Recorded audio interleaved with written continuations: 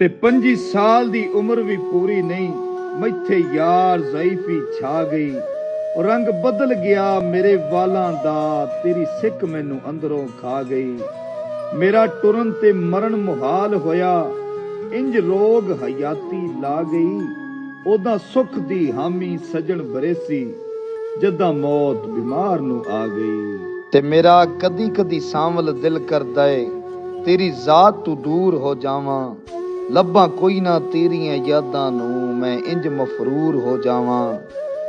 तेरे पासे तकन गुनाह समझां, मैं इंज मगरूर हो जावां।